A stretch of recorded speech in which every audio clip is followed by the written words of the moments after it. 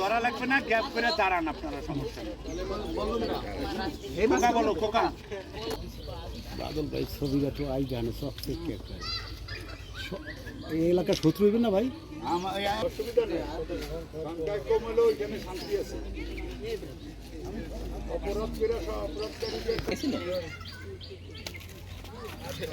কাম করে।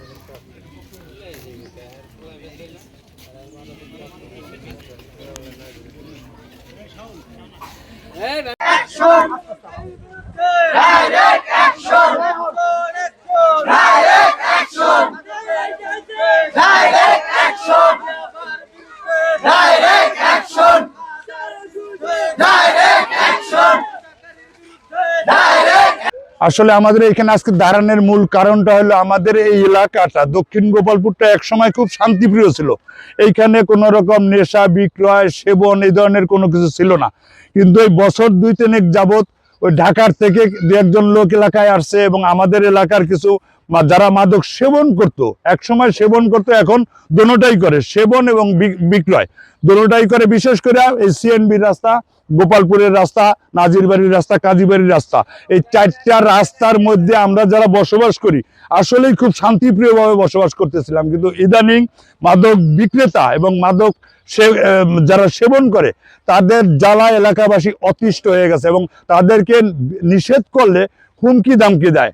গাঁজা দিয়া ধরাই দিবে, বাবা দিয়া ধরাই দিবে, 10 লাখ থুয়ে দিছি, ওই পুলিশ দিয়া ধরাই দিমু, বিভিন্ন নাম দিছে। এখানে ওই লাশ বাগান, কলা বাগান, শাল বাগান, এই বিভিন্ন স্পট আছে, এখানে বিক্রিও হয়, সেবনও হয়। বিশেষ করে আমাদের এলাকার ওই যে জয়নালের ছেলে আছে একটা সুজন, এইখানে কাজল, তারপরে এখানে ওই যে আরো লাবলু আছে, তারপরে সবুজ আছে, তারপরে এরকম কিছু মানিক, এরকম কিছু বিক্রেতা আছে, এরা গাঁজা বিক্রিও করে এবং সেবনও করে। এদের সাথে আবার কিছু পাশের যারা মূলত এদেরকে চালান দেয়, মাল দেয়, ডিলার, এরকম আকাশ আছে, আনোয়ার আছে, এই ধরনের কিছু লোকজন আমাদের এলাকাটার একদম নষ্ট করে ফেলাইছে।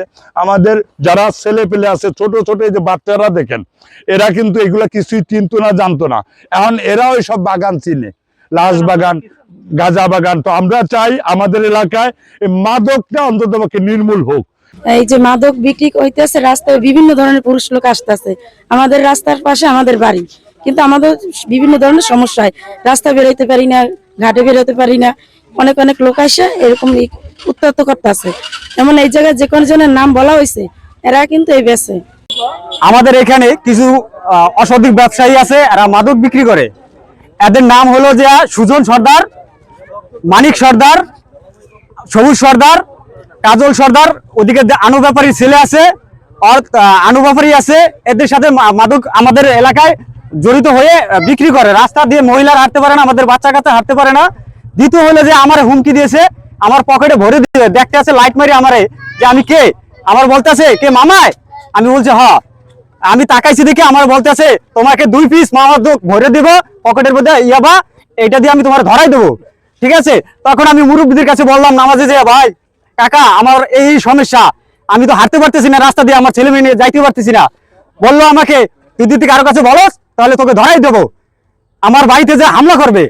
রাত্র 2টা বাজে আমার ঘরের সামনে যা দাঁড়াই থাকে, আমার কোবাইবে, আমার আমার ভ্যান আছে, আমি ভ্যান চালাই, আমার ভ্যান নিয়ে যাবে, এইভাবে আমাকে অত্যাচার করতেছে, আমার মহল্লাবাসীকে অত্যাচার করতেছে।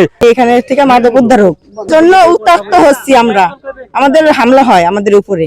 মাদক যারা বিক্রি করে তারা এখানে বিক্রি করে আছে, এখানে আমাদের বাড়ি একজন আছে সজল, তারপরে আছে সবুজ, সুজন, তারপরে আছে মানিক, আরো আরো নাম আছে, আমি অত বলতে পারি না নাম।